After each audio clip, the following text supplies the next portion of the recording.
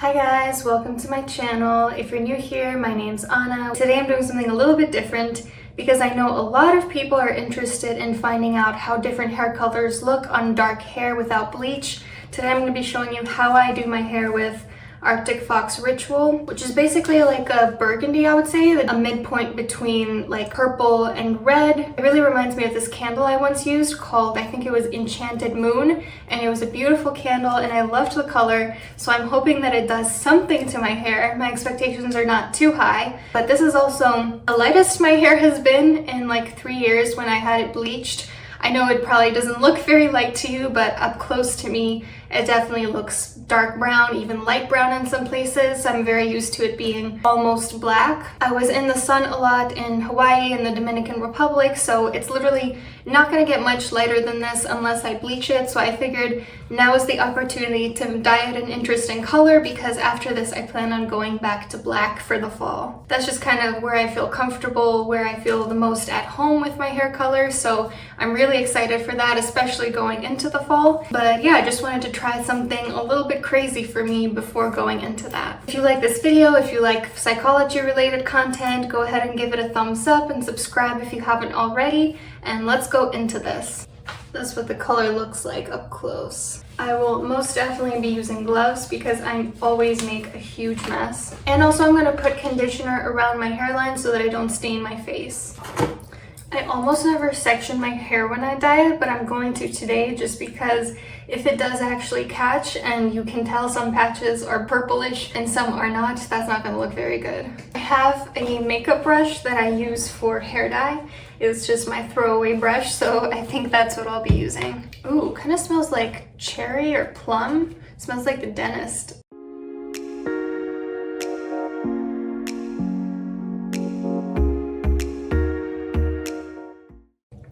I just realized there's a possibility Brad Mondo might watch this, and if so, I once got this comment on one of my videos saying you're the Brad Mondo of psychology, and I don't see how, but that literally made my life.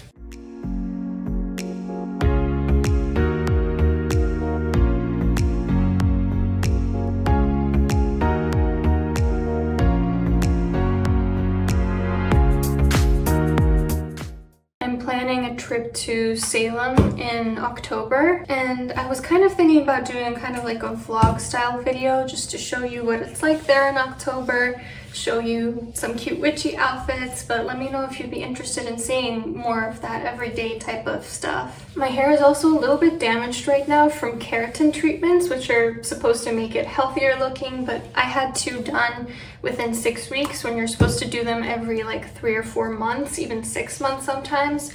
But I did that because I knew I had a lot of tropical vacations, and unfortunately it did fry my hair a little bit. And actually I think I should take a break from keratin in general if possible, because it does have some carcinogenic effects, and it just doesn't seem right to me that especially women should expose themselves to so many carcinogens for the beauty standard.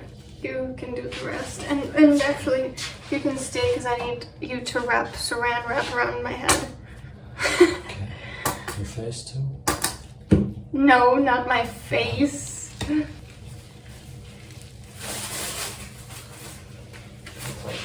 Hold on, I'm not ready. What's the video gonna be? Dyeing my dark hair burgundy, no bleach. Right on brand. How? Are you being sarcastic? Yeah. Well, people always want to know this stuff. I know I always look it up before buying a dye. Like, how does this look on dark hair? Are you gonna do the psychology of changing your appearance?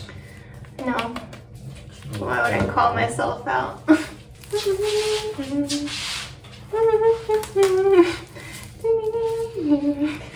aluminum foil too? To keep the aliens and the FBI out of my brain.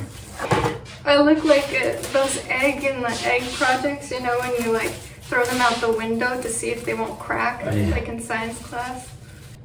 So I only ended up needing 1 of these. I bought 2 because I do have quite a bit of hair in terms of length and thickness, but 1 was enough, so it's fine. I put this foil around my head so that it will better conduct heat. And actually I'm going to go ahead and blow dry just a teensy bit on low strength to make sure that it does catch some heat. I'll do that for probably 15 minutes just to make sure that it's blending in, and then wait another 15 minutes or so and then wash it off. While I wait, I'm just going to use a peeling solution because I have some time to kill. This one is AHA and BHA from The Ordinary. It is actually the same color, the same shade of burgundy, so I'm probably going to look like I'm covered in blood all over my scalp and my face. My favorite two skincare brands would probably be The Ordinary and The Body Shop. I feel like no one ever talks about The Body Shop, and I don't know why, because they're vegan, they're cruelty-free, they have some great products. They're usually my go-to along with The Ordinary, which you might have heard of, and they're just super simple and cheap and affordable. I've been trying to get my tan from the Dominican Republic to kind of go away because with summer coming to a close, I'm kind of over having tan skin. I know I do not have tan skin right now, but I'm like in this liminal space where I'm also not as pale, and I'm very all or nothing when it comes to skin. I don't like tanning naturally because that's just gonna damage your skin, but I was kind of self-tanning there for a moment, and some of you guys noticed because you said I looked like I was glowing, but you can't really tell in the camera because for some reason the front video camera on the phone that I used to record adds like a weird pastel filter, so any tan is pretty unnoticeable, especially on my relatively pale skin. But yeah, when going into the fall, I just like to generally have, you know, my natural skin tone, and I think all natural skin tones are absolutely beautiful and usually the thing that looks best on that person. So that's why I'm trying to get away from this tan and back to my natural skin color. And also, I just feel like this hair color would look better with my natural skin tone, because I remember when I had dyed my hair pink a few years ago, I had a little bit of a tan going, and I just feel like it would have looked better if I had my natural skin tone. So that's what I'm trying to go for with this exfoliating mask, is to really get rid of that skin damage that sadly I could not avoid, even though I was literally putting on SPF 50 and 70 every 30 minutes. I still got a tan because a lot of Romanians, we might be really pale, but we also catch tan really quickly. This peeling mask is not for the faint of heart. It's not for those that have very sensitive skin. It starts to tingle after a while, so I leave it on for like 5 to 10 minutes, and then I usually follow it up with a more hydrating mask, so I will do that next. Okay, so I think I'm gonna go ahead and take this off. So I'm just gonna lather my hands with water and then kind of smooth it in. It starts to look a little bit like soap when you do that, and then I'll just wash it off. My chin was breaking up so bad after I had to wear the mask on a 5-hour flight, and that doesn't usually happen.